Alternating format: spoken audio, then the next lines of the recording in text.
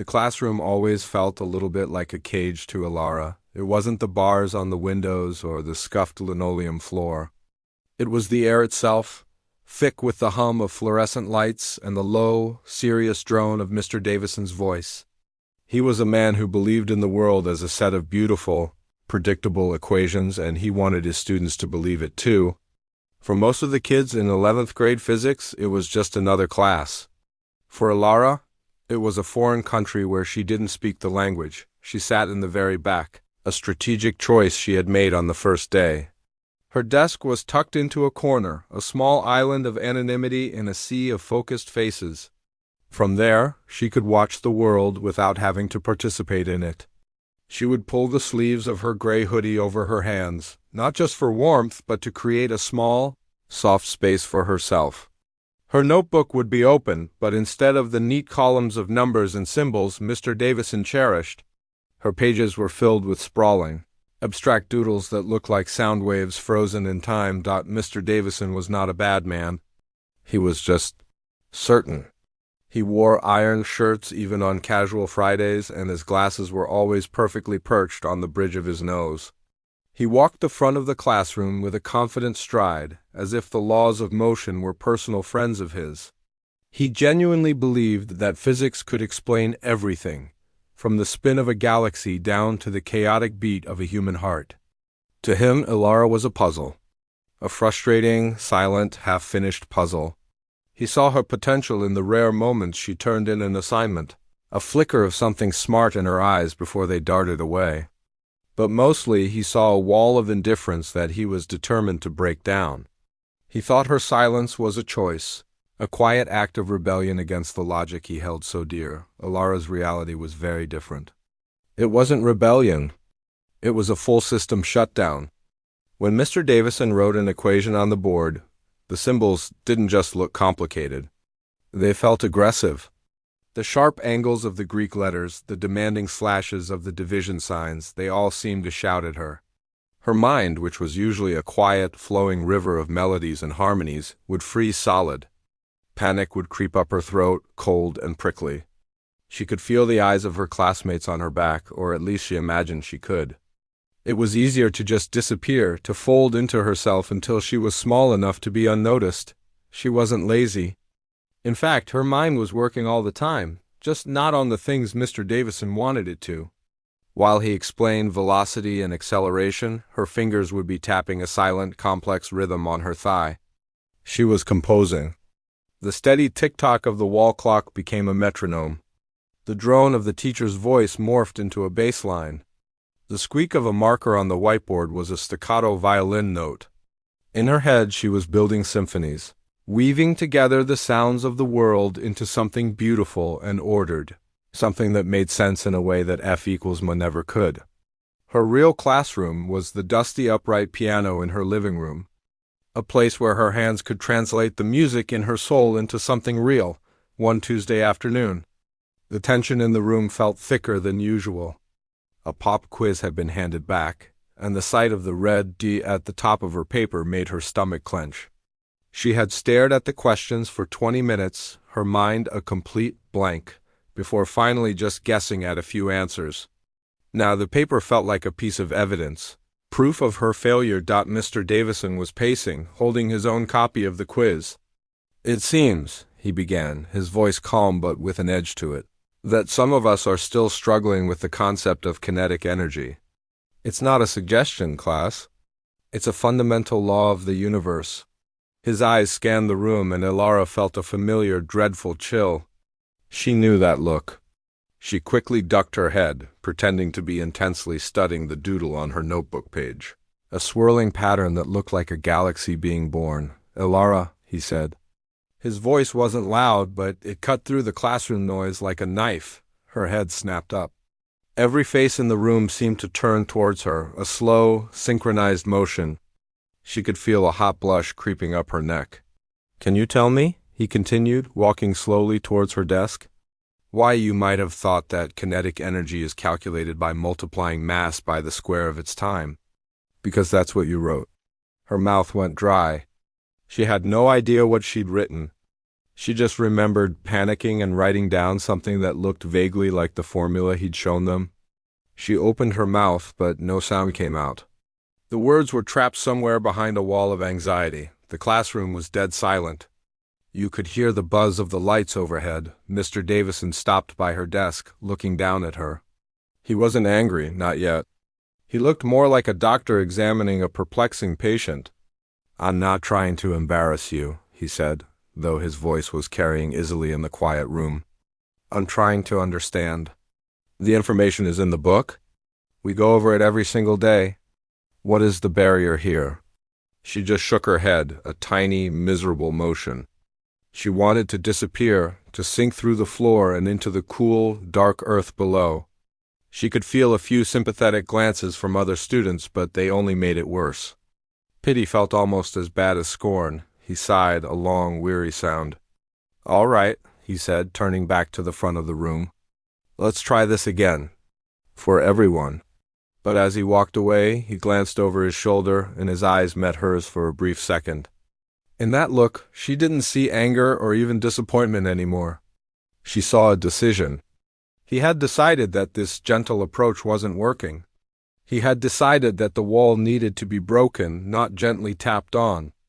A cold dread settled in Alara's stomach. She knew, with a certainty that felt as real and unshakable as gravity itself, that Mr. Davison was done being patient. And she had a terrible feeling that the next time he called on her, the whole class would be watching her fall apart. The days that followed the quiz disaster felt like walking on a tightrope.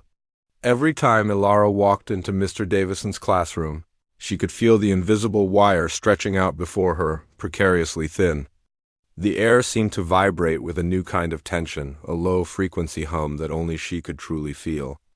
It was the sound of Mr. Davison's expectation, a heavy, watchful presence that followed her from the door to her seat in the back corner. The other kids sensed it too. The usual pre-class chatter died down a little when she entered. A few of them would offer quick, sympathetic smiles, but those were almost worse than the stares. Pity was just a softer kind of spotlight. Alara tried to make herself smaller. She wore her hood up more often, sinking into the soft gray fabric as if it were a shield. She took notes furiously, or at least she pretended to. Her pen would move across the page, but instead of transcribing the laws of thermodynamics, she was drawing the music she heard in her head. She drew long, swooping lines for a cello's mournful song and tiny, sharp dots for the staccato beat of a drum. This was her real work, her true language. In the world of notes and melodies, she was fluent. She was powerful. But in Mr. Davison's world, she was mute. He watched her constantly. She could feel his gaze on the side of her face, a physical pressure like a hand on her shoulder. He was waiting for something, for a sign of a breakthrough. He was a man who believed in pressure and heat, that enough force could change the very molecular structure of a thing. He thought he could apply that principle to her mind, that if he just squeezed a little harder, the understanding would finally seep out. He had no idea that the harder he squeezed, the more her mind shut down, retreating deeper into the safe, soundproof room where her music lived. The day it all happened started out deceptively normal. The sun was shining, casting long, dusty rectangles of light on the classroom floor. Mr. Davison was in a good mood, explaining the principles of momentum with his usual energetic passion. He used an eraser as a prop, sliding it across the desk and knocking it into a stack of books, making the other students laugh. For a few minutes, Alara almost forgot to be afraid. She found herself watching the eraser, not as a physics problem, but as a character in a tiny, silent play. It had a beginning, a journey, and a dramatic end. In her head, a soft piano melody began to play, a simple tune for the little eraser's adventure. Then the melody was shattered. "All right, class," Mr. Davison said, his voice bright with challenge. "Time for a real-world application." He turned to the board and picked up a marker. The cap snapped off with a loud click that made Alara jump. He began to write, his hand moving quickly, filling the green board with a complex web of numbers, arrows, and Greek letters. It was a vector problem, a monster of a calculation involving angles, forces, and friction. It was the kind of problem that made the top students in the class lean forward, their brows furrowed in concentration. "This," he said, stepping back to admire his creation, "is a classic. It looks complicated, but it's all about breaking it down. It's about logic." His eyes began their slow, deliberate scan of the room. Ilara's heart started to beat a little faster, a frantic drum solo against the quiet piano in her head. She knew what was coming. She could feel it like a change in the weather. She dropped her gaze to her notebook, her pen poised, ready to draw a frantic, protective shield of doodles. "Ilara," he said. Her name hung in the air, and the entire room seemed to hold its breath. It was as if someone had pressed a mute button on the world. The hum of the lights, the rustle of paper, the distant sound of a lawnmower outside, it all vanished. There was only the sound of her own blood rushing in her ears. She looked up slowly. He was smiling, but it wasn't a warm smile. It was the smile of a conductor about to lift his baton for the big crescendo. "Why don't you come on up here and walk us through the first step?" he said. "Just the first step. Show us you're paying attention." Every pair of eyes in the room swiveled to her. She could feel their collective gaze like a physical weight, pinning her to her chair. Her throat felt tight, as if she were wearing a turtleneck sweater that was 3 sizes too small. She wanted to say no. She wanted to shake her head. But the words wouldn't come. All she could do was stand, her movements feeling stiff and robotic. Like a puppet whose strings were being pulled by an invisible hand, the walk to the front of the classroom was the longest journey of her life. The 10 feet between her desk and the board stretched into an endless corridor. With each step, she could feel her anxiety rising, a hot, prickly wave that washed over her skin. She could hear a few soft whispers behind her. She reached the board and turned to face the class. 30 faces stared back at her, a mixture of curiosity, sympathy, and morbid fascination. Mr. Davison stood beside her, holding out the whiteboard marker. "Go on," he said gently. "The floor is yours." She took the marker. It was cold and smooth in her sweaty palm. She turned to face the board. The problem stared back at her, a jumble of hostile symbols. The numbers swam before her eyes. The little arrows for vectors seemed to point at her accusingly. Her mind was a complete and utter blank. It wasn't just that she didn't know the answer. The question itself had ceased to have meaning. It was like being asked to read a book written in a language that didn't exist. "Well?" Mr. Davison prompted from behind her. "We're looking for the initial horizontal velocity. What's the very first thing you need to write down?" She stared at the board, her hand trembling. She knew she was supposed to write something, anything, but her arm felt like it was made of lead. The silence in the room was deafening, broken only by the tick-tock of the clock on the wall. Each tick a hammer blow against her skull. He sighed. A soft sound of disappointment that cut her deeper than any angry word could have. "Ilara, this is the exact same type of problem we did yesterday. Were you not listening?" He turned to the class. "See, this is the problem. This is what happens when you decide to check out, when you decide the work is too hard." He wasn't talking to her anymore. He was talking about her. She had become an object, a living, breathing example of failure. "You can't just sit in the back and hope the information sinks in through osmosis," he continued, his voice growing louder, more confident.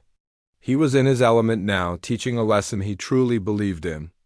Learning is an active process. It requires effort. It requires you to engage. When you don't, you end up like this, stuck, paralyzed by a problem that is entirely solvable. You choose to be a victim of your own laziness. The word lazy hit her like a slap in the face. It wasn't true. She worked harder than anyone, just not on his things. She spent hours at the piano, her fingers aching, her mind racing to translate the beauty in her soul into sound. But to him, none of that was real. None of that counted. The only work that mattered was the work on his board. And in that world, she was nothing. A hot, shameful tear escaped from the corner of her eye and traced a slow, burning path down her cheek. Something inside her broke. It wasn't a loud snap, but a quiet, clean crack, like a glacier calving a piece of ice into the sea. The humiliation was too much. The weight of their stares was too heavy. She couldn't bear it for another second. Without a word, she dropped the marker. It clattered onto the metal tray at the bottom of the board with a loud, final sound. She turned away from the problem, away from the class, and away from Mr. Davison. She walked back down the aisle, her head held high, not in pride, but in a state of shock. "Ilara! Where do you think you're going?" Mr. Davison's voice was sharp with fury and disbelief. "You get back here right now? That's it. Detention for a month." But she didn't stop. She pushed open the heavy classroom door and stepped out into the quiet, empty hallway, leaving the silence and the shame behind her. The heavy door of the classroom clicked shut behind her, and the sound was like the ceiling of a tomb. For a moment, Ilara just stood there in the empty hallway, the world swimming around her. The muffled voice of Mr. Davison, still talking to the class, seeped through the door, but it was distant, like a radio playing in another room. Her heart was a wild bird beating against the cage of her ribs, and her cheeks were wet with tears she hadn't even realized were falling. She wiped them away with the sleeve of her hoodie, a rough, impatient gesture. She didn't know where to go. The counselor's office was down the hall, a place of soft chairs and whispered conversations, but the thought of trying to explain what had happened, of putting her shame into words, was impossible. The bathroom was another option, a small, sterile place to hide, but she couldn't stand the thought of looking at her own reflection in the mirror, of seeing the humiliation etched on her face. So she just started walking, her feet moved with a will of their own, carrying her past the rows of olive green lockers, some plastered with colorful posters for upcoming dances and club meetings. She saw it all without really seeing it, her mind a chaotic storm of anger and hurt. The word lazy echoed in her head over and over again, a cruel, mocking chant. He had called her lazy. He who knew nothing about the hours she spent perfecting a single chord progression. Nothing about the way she wrestled with a melody until it was just right. Nothing about the sheer effort it took just to exist in a world that felt so loud and demanding. Her music wasn't laziness. It was her work. It was her life. And to him, it was less than nothing. She found herself at the end of the main hallway, standing before a pair of tall, heavy doors made of dark wood. They were always kept closed, the auditorium a forgotten space in the busy life of the school. It was used only for assemblies and the occasional drama club practice, but most of the time it sat in silence, a giant sleeping creature. This was where she was meant to be. It was an instinct, a primal pull towards the one place in this entire building that felt like home. She pushed on one of the doors. It groaned in protest, a low, mournful sound, but it swung open, revealing a world of shadows and soft light. The air that greeted her was cool and smelled of dust, old wood, and the faint, sweet scent of velvet from the threadbare seats. She slipped inside, letting the door swing shut behind her, plunging the entrance into darkness. The auditorium was vast and empty. A single beam of afternoon sunlight cut through the gloom from a high, grimy window, illuminating a million dancing dust motes. The stage was bare, except for one object. Sitting in the center, bathed in that pool of light, the school's old upright piano. It was a beast of a thing. Its black finish scarred and scuffed, the wood around the keys worn smooth by the hands of countless students over the years. Some of the ivories were yellowed with age, and she knew from experience that a few of them stuck, or produced a slightly sour note. But to her, it was the most beautiful thing in the world. It was not just an instrument. It was a voice. It was her voice. She walked down the center aisle, her footsteps silent on the thick, carpeted floor. The outside world, with its bells and its rules and its Mr. Davidsons, seemed to fade away with every step. Here, there was only the quiet and the promise of the keys. She climbed the 3 steps onto the stage and ran a hand lightly over the cool, smooth wood of the piano's lid. It felt like greeting an old friend. She sat down on the worn wooden bench. It creaked under her weight, a familiar, comforting sound. She just sat there for a long moment, her hands resting in her lap, her eyes closed. She tried to slow her breathing, to calm the frantic bird in her chest. The shame was still there, a heavy, cold stone in her stomach. The anger was there too, a hot, bubbling lava. The two feelings warred inside her, a storm of conflicting emotions that she didn't know how to release. She placed her fingers on the keys, her hands trembling slightly. They were cool to the touch, and for a second she felt a flicker of doubt. What if the music wouldn't come? What if the shame and the anger had clogged up the channels and there was nothing left? But then she remembered his face, the smug certainty in his eyes as he used her to teach his lesson. She remembered the feeling of all those eyes on her, the weight of their judgment. And the doubt vanished, replaced by a surge of raw, untamed power. Just as she was about to play, a sound from the back of the auditorium made her freeze. The heavy door creaked open again, spilling a rectangle of bright hallway light into the darkness. A silhouette stood in the doorway, tall and imposing. She didn't need to see his face to know who it was. She could feel his presence from all the way across the room. A wave of anger and authority that washed over her. Mr. Davison stepped inside, and the door swung shut behind him, plunging the room back into its familiar gloom. He stood there for a moment, letting his eyes adjust. Then he saw her, a small figure on the vast, empty stage. He started walking down the aisle, his footsteps heavy and deliberate, each one a drumbeat of judgment. He was coming to finish what he started. He was coming to deliver his final, crushing punishment. He reached the front of the aisle and stopped at the edge of the stage, looking up at her. His face was a mask of fury, his jaw set, his eyes flashing. He opened his mouth to speak, to unleash the lecture he had been rehearsing on his way down the hall. "Do you have any idea?" he began, his voice echoing in the cavernous space. Sharp and full of righteous indignation, he never got to finish the sentence. Before he could say another word, before he could assert his control one last time, Ilara's hands, which had been trembling with fear and rage just moments before, came crashing down onto the keys. The sound that erupted from the old piano was not a gentle melody. It was a scream. It was a roar. It was the sound of a dam breaking, unleashing a flood of everything she had kept locked inside for so long. It was the fury, the pain, the humiliation, and the defiance, all channeled through her fingertips and into the strings of the old, forgotten piano. And in that moment the power in the room shifted completely. The words died on Mr. Davison's lips, swallowed whole by a wall of sound that erupted from the old piano. It wasn't a song. It wasn't a melody. It was a storm. A chaotic, furious crash of notes that seemed to shake the very dust from the rafters. The first chord was so dissonant, so full of anger, that it felt like a physical slap. Mr. Davison, who had been marching down the aisle with the full weight of his authority, stopped dead. His mouth, which had been open to deliver a lecture, remained hanging open, but no sound came out. He was frozen, a statue of indignation suddenly rendered powerless. Ilara's eyes were closed, her head bent over the keys.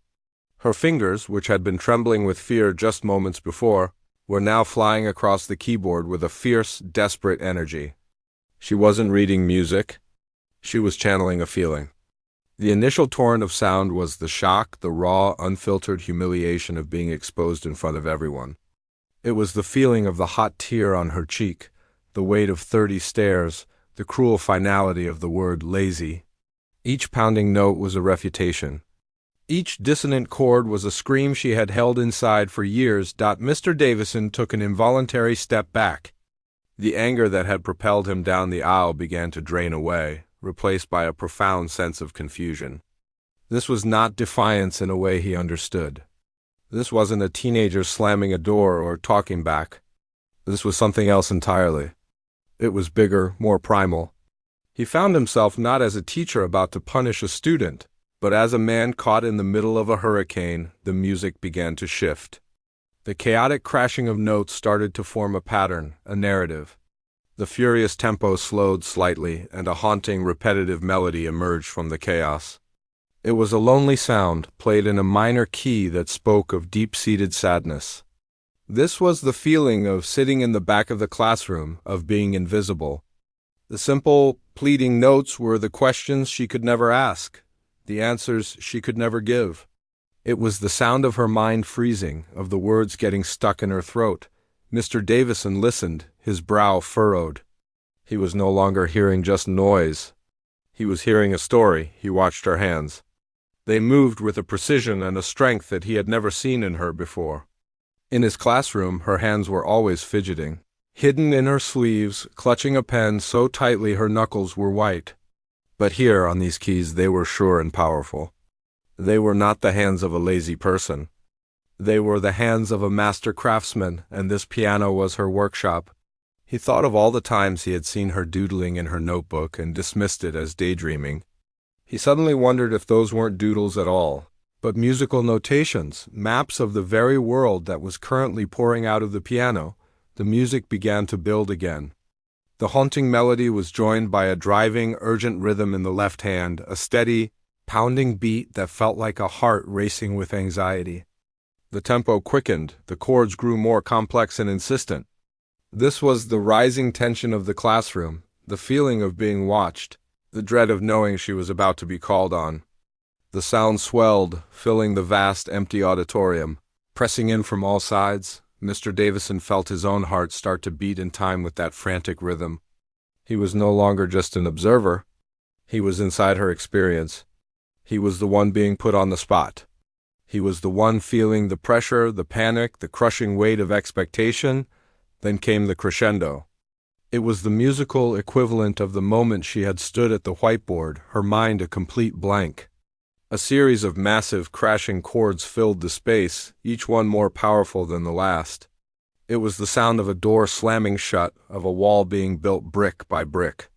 It was the sound of a spirit breaking under the weight of shame. It was so loud, so full of pain, that Mr. Davison had to look away. He stared at the empty seats, at the single beam of light cutting through the dusty air, and a wave of something he hadn't felt in a long time washed over him. Shame. He saw it all so clearly. He saw his own arrogance, his certainty that his way was the only way. He saw a young woman who wasn't lazy, but was struggling in a world that didn't understand her language. He had been trying to force her to speak French when she was fluent in German. He hadn't just failed to teach her. He had actively tried to break her spirit, all under the guise of helping. He had called her lazy in front of her peers. A cruel and unforgivable act, especially now that he was witnessing the sheer, monumental effort it took for her just to exist in his world. The music had shown him more in a few minutes than months of observation ever could. It was a window into a soul he had never bothered to look for. As the final, powerful chord faded away, a new sound emerged from the piano. It was soft, fragile, and incredibly beautiful. The anger was gone. The panic was gone. All that was left was a deep, aching sadness, but there was something else there, too. A thread of resilience, a quiet strength. The melody was simple, a single, clear voice singing a song of survival. It was the sound of tears being wiped away, of a deep breath being taken after a long time underwater. It was the sound of healing. Alara's fingers slowed, their frantic energy spent. They caressed the keys, coaxing out the last few gentle notes. The final chord hung in the air for a long moment, a fragile, lingering echo before the silence reclaimed the auditorium. The silence that followed was different from the one before. It wasn't empty or awkward. It was full. It was heavy with everything that had just been said without words. Alara's shoulders slumped, her head still bowed. Her hands rested on the keys, trembling now with exhaustion. She didn't turn around. She just sat there, a small, still figure in the pool of light, waiting. Mr. Davison stood at the edge of the stage, no longer a teacher, no longer an authority figure. He was just a man who had been humbled, who had just been given a gift he didn't deserve. He looked at the young woman at the piano, not as a problem to be solved, but as a person of immense depth and talent he had almost destroyed. He had come in here to punish a defiant child, but he was leaving as a different man, his entire understanding of the world shattered and reformed by the power of a song. The final note of the piano dissolved into the thick, dusty air of the auditorium, leaving a silence so profound it felt like a presence in the room. It wasn't an empty silence. It was a full one, heavy with the echoes of anger, pain, and a fragile, newly discovered peace. Alara's fingers rested on the keys, her shoulders slumped with the weight of her spent emotion. She kept her head bowed, her hair falling like a curtain around her face, shielding her from the world. She was braced for it. The shouting. The punishment. The final, crushing confirmation that she was, and always would be, a disappointment. But it didn't come after a long moment. She heard a soft creak. Mr. Davison had taken a step. Then another. He wasn't storming up the aisle anymore. He was walking slowly, almost hesitantly, up the 3 steps onto the stage. He didn't stand over her. He moved to the side, a respectful distance away, and looked at the old piano as if seeing it for the first time. He saw the scratches and the worn-out keys, not as signs of neglect, but as a map of 1,000 songs. "Ilara," he said. His voice was quiet, stripped of all its earlier anger and authority. It was just a name, spoken softly, without any weight behind it. She didn't look up. She just waited. He took a breath, and when he spoke again, his voice was even softer, almost a whisper. I had no idea. It wasn't an apology. It was something better. It was an admission. A raw, honest confession of his own blindness. In those 4 simple words, he was telling her that he had been wrong, that he had misjudged her completely. A single tear escaped and fell onto the piano key, a dark, perfect circle. She still didn't speak, but she gave a tiny, almost imperceptible nod. It was enough. It was an acknowledgment. The shrill ring of the end-of-day bell shattered the quiet, sending a jolt through both of them. The spell was broken. The real world, with its schedules and its rules, was calling them back. Mr. Davison flinched at the sound, as if waking from a dream. "Right," he said, his voice a little louder now. A little more like the teacher he was supposed to be. The bell. He cleared his throat, suddenly awkward. "About what I said in the classroom." "The detention? Forget it. That's not happening." He stumbled over the words as if the language of punishment was foreign to him now. "Just, go home. We'll figure things out tomorrow." Ilara slowly lifted her hands from the keys and placed them in her lap. She stood up, her legs feeling shaky, and walked past him without a word. As she reached the edge of the stage, he spoke again. "Wait," he said. She turned, her expression wary. He was looking at her, really looking at her, and in his eyes she saw no anger, no disappointment, only a deep, unsettling thoughtfulness. Do you have a teacher? For the piano?" She shook her head. She had taught herself, using old books and videos online, her fingers learning by instinct. He nodded slowly, as if filing away an important piece of information. "Okay," he said. "Okay, we'll talk tomorrow." She walked down the aisle and out into the now crowded hallway, the sounds of lockers slamming and students laughing washing over her. It felt like she was returning from a different planet. The next day in physics class, the air was different. The tension was gone. Mr. Davison walked in, but his stride was less confident, more measured. He didn't look at her with that old, frustrated curiosity. He gave her a small, almost shy nod at the beginning of class, and then he began his lesson, but the lesson was different. He was talking about waves and frequencies, and in the middle of his explanation he stopped. "You know," he said, looking around the room, his eyes lingering for a second on Ilara before moving on.